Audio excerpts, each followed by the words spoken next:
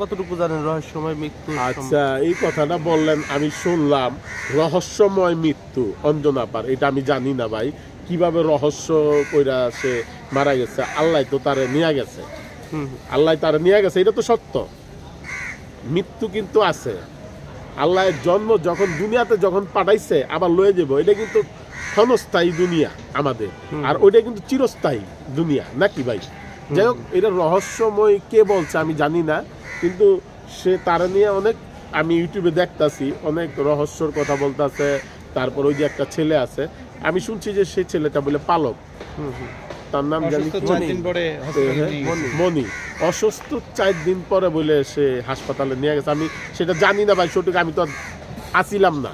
আর সেটা হয়তো সে বলতে পারবো, মনি বলতে পারবো ঘটনাটা কি হয়েছে। আবার আরেকজনের শুনতেছি জানা যায় বলে সে আসে নাই, সেটা আমি শুনলাম।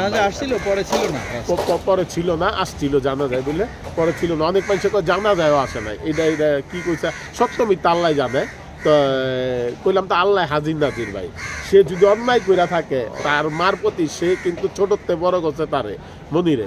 পালক আইনা থাকলো কিন্তু আপন মার মতো সে কিন্তু তারে এই লাইলা পাইলা বড় করছে সন্তানের মতো। সে যদি সন্তান হইয়া যদি সে যদি মায়ের মর্যাদাটা যদি না দিতে পারে, সে তার কর্মফল ভোগ করবো সে।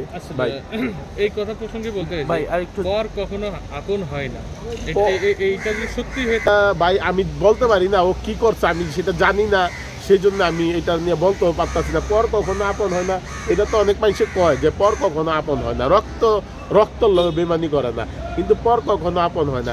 যদি সে নিম্নতম যদি অন্যায় কইরা থাকে অঞ্জনা আপার প্রতি, তার শাস্তি সে পাবে। যদি কইরা থাকে, আমি জানি না সে কি করছে, সেটাও জানি না আমি, সেটা তার আমি ব্যক্তিগতভাবে চিনিও না। জি আচ্ছা, একজন অঞ্জনাকে এইভাবে আসলে বিনা চিকিৎসায় মাস মানে 4-5 দিন কি আসলে এইভাবে ঘরে ফেলে রাখতে পারে কিনা, কি মনে হচ্ছে স্ট্রোকের পরেই? আচ্ছা, অঞ্জনা আপার কিন্তু টাকার অভাব ছিল না, সে কিন্তু মনে করেন টাকা পয়সা ছিল।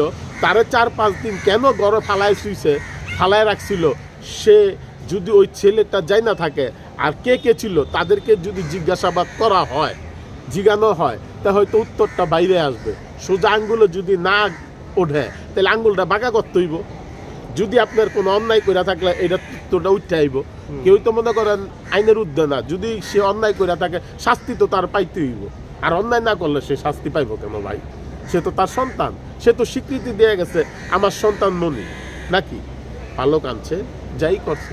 যদি সে অন্যায় করে থাকে তার শাস্তি সে পাইব। পালিত মেয়েও আছে, তার পালিত মেয়ে আছে। হ্যাঁ, পালিত মেয়েও আছে। মেয়ে জামাইকে 1,40,00,000 টাকা দিয়েছে, এই টাকা চাইছে, এই টাকা না দেওয়ার একটা করেছে, এরকমটাও আমরা শুনেছি ভাই। এটা আমি জানি না সত্য কথা, তাদের ব্যক্তিগত ব্যাপার। 1,40,00,000 টাকা দিছিল, দেয় নাই, এটা লয়ে দ্বন্দ্ব লাগছে, সেটা জানি না।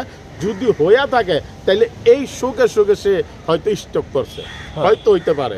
যদি এটা হইয়া থাকে বলতেছি, কিন্তু আমি যদি হইয়া থাকে তাহলে সেই শোকে সে স্টক করছে। তার ব্রেনে হ্যাম্পারিং হয়েছে যে আমি তাদেরকে পাইলা লাইলা বড় করলাম, রাস্তার থেকে তুই লাইনা পাইলা লাইলা বড় করলাম, আজকে আমার উপরে তারা রাজত্ব করতেছে, আমি বাচ্চা থাকতোই। হয়তো এটা তার মাথার ভিতরে হ্যাম্পারিং করছে, সে অসুস্থ হয়ে গেছে, স্ট্রোক করছে ভাই। হয়তো এটা হইতে পারে, আমি জানি না ভাই। আর তাদের সাথে তো আমার ওরকম সম্পর্ক ছিল না। অঞ্জনা আপার সাথে দেখা হইতো, সালাম দিতাম, হাসি দিয়ে একটা কথা বলতো, সরল আসবো, কেমন আসবো, এই কথাটা বলতো। খুব ভালো মনের মানুষ ছিলেন তিনি। আজকে তার মিলাদ মাহফিল, আমি আসলাম মিলাদ করার জন্য, অঞ্জনা আপা পবিত্র এদের মিলাদ করানো। আচ্ছা হাসান ভাই, আপনি একজন কমেডিয়ান, সাধারণত আপনি কমেডিয়ান, কিন্তু বিগত বেশ কিছু বছর দেখা যায় বাংলা সিনেমা মানে কমেডিয়ান বিমুখ। আরে কমেডিয়ান বিমুখ না, আপনার কমেডিয়ান তো লেখেই না এখন, সিনেমায় লেখেনি কি কমেডিয়ান? কিছু হাতে গোনা কয়েকটা ডিরেক্টর কমেডিয়ানদেরকে প্রাধান্য দিয়া ক্যারেক্টার লেখে, আর কিছু ডিরেক্টররা কোনো কমেডিয়ান সাবজেক্টই লেখে না, হয়তো লিখতে জানেই না। কমেডিয়ান হয়তো লিখতে জানে না, সে লেখে না, এইটাও হইতে পারে। আর না হইলে অনেক ডিরেক্টররা কিন্তু এখন কিন্তু কমেডিয়ানদেরকে প্রাধান্য দেওয়া হইতেছে। মাঝখানে কিন্তু কমেডিয়ানরা বিলুপ্তি হয়ে গেছিল গা, কমেডিয়ান ক্যারেক্টার লেখতো না, কমেডিয়ান ক্যারেক্টার ছাড়া ছবি চলে না হলে, সেই জন্য দেখাই দিছে হলে কিন্তু ছবি চলে না, কমিটিয়ান ছাড়া ছবি চলে না। আর যে কমিটির ছবিটা আছে সেই ছবিটা কিন্তু হলে চলে। আপনি দেখেন কমিটিয়ানের কমেডি ছবির কোনো মৃত্যু নাই, কমিটিয়ানগো কোনো নাই। কমিটিয়ানরা আইব পুচ্চুর দিয়ে যাইব গা, একটু মজা দিয়া যাইব, ড্রামা করবো, হিরো এই বিলেনগিরি করব, এটাই তো চলছে ভাই, নাকি ভুল কইলাম?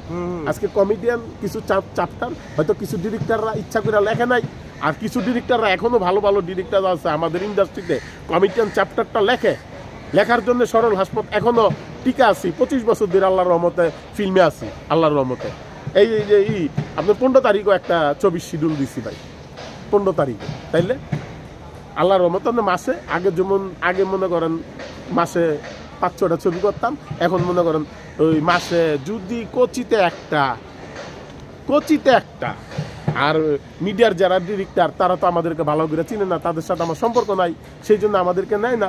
ফিল্মের যারা ডিরেক্টর তারা সরল হাসপাতালে চিনে, তারা সরল হাসপাতালে নিয়ে হয়তো ক্যারেক্টার লেখে, তাইলে অভিনয় করতে পারি, এটাই আর কি ভাই। আচ্ছা, এখন যে অবস্থা বাংলা সিনেমা, হ্যাঁ মনে করেন শাকিব খান নেই, হ্যাঁ না, সিনেমা ইন্ডাস্ট্রি বন্ধ হয়ে যাবো গা, এটা কেমন তার কথা বললেন ভাই? ইন্ডাস্ট্রি কি বন্ধ হয়ে যাবো গা শাকিব খান না থাকলে? এক শাকিব খান দিয়ে সিনেমা, হ্যাঁ সিনেমা সে দর্শক ধরে রাখছে, সে সিনেমায় দর্শক আছে তার।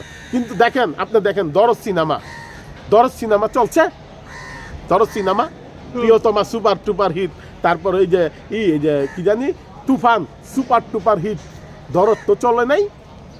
খালি সাকিব ভাইয়ের একবার দেখতে গেছে দর্শক, ভাল লাগে নাইকা দর্শকের কাছে, সেই জন্য ছবি ওরকম করে চলে নাইকা।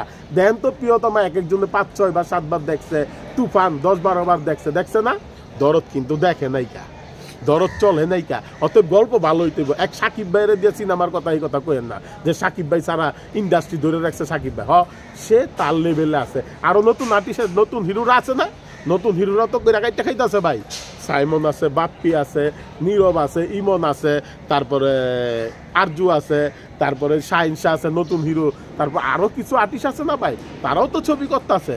হয়তো সাকিব ভাই একটা জায়গার ভিতরে আছে, লেভেল আছে, ওই জায়গাটা ধরে রাখছে, সেই জন্য দর্শক উড়মুড়াইয়া একদিন হইলো গিয়া ভাঙ্গা চুরা দেয়। যদি সুপার হিট হয়ে যায় তাইলে ওই ছবিটা মনে করেন একজনে 5-6 বার দেখে। আর যদি ছবি ভালো না হয় ওই একবার ওই দেখায় সাকিব ভাইয়ের কেলে, তার ভক্ত আছে, সারা বাংলাদেশের মানুষ তার ভক্ত, তারা দেখতে যায় একবার। যদি ছবি ভালো না হয় তাহলে কিন্তু আর দেখে না, তাহলে তো দরদ ভালো করে চলতো, সুপার হিট হয়ে যেত না ভাই। কি ভুল কইছি আমি ভুল কইছি? ভুল কই না। প্রশ্ন হলো যে শাকিব খান এত হিট সিনেমা দেওয়ার পরেও দর্শক যাচ্ছে, বলতাছি সাকিব ভাই একটা জায়গা করে লাইছে, সাকিব ভাইয়ের যে জায়গাটা হইছে এই জায়গাটা কিন্তু আর কেউ করতে পারে না। অতএব মনে করেন সেই জায়গায় যাইবো, সাকিব ভাইয়ের জায়গায় যাইবো, অস্তে অস্তে যাইবো ভাই। সাকিব ভাই তো আজকের থেকে সাকিব খান হয় নাই, অনেক বছর শ্রম দিছে, আর এখন এই যদি সাকিব খান হয়ে যেতে চায় হইব, সেই জন্যই তো আজকে সাকিব খান হয়েছে। আমার কথা কি সাকিব ভাই কি না থাকলে কি ইন্ডাস্ট্রি চলবো না, ইন্ডাস্ট্রি বন্ধ হয়ে যাবো গা? বন্ধ হইতো না ভাই। প্রোডিউসাররা কি টাকা ফেরত পাবে? কোন ছবি? অন্য হিরোদের যে ছবি করলে, শাকিব খানকে যে ছবি করার পরেও প্রোডিউসাররা হাউতাশ করে, হ্যাঁ অন্য হিরোদের দিয়ে কি সেই প্রোডিউসার আগাবে? অন্য হিরো দিয়া ছবি বানাইলে আটবো। এখন তো কোনো ছবি তো মনে করেন মোটামুটি চলতেছে না, কেন? হলের অবস্থা ভালো না তো ভাই, হল অনেক কমে গেছে, কমে যাওয়াতে আমাদের কাজও তো কমছে ভাই। হলগুলি যদি আবার মনে হয় 500 সিনে কমপ্লেক্স হয়ে যায়, অত 300 সিনে কমপ্লেক্স হয়ে যায়, তাহলে দেখা গেছে আবার দর্শক গিলে আবার আসবে ভাই, আসবে দর্শক। আপনি ভালো ছবি কিন্তু দর্শক গিয়া দেখে, হলে দেখে না ভাই, দর্শক কিন্তু হলে গিয়ে ছবিটা দেখে।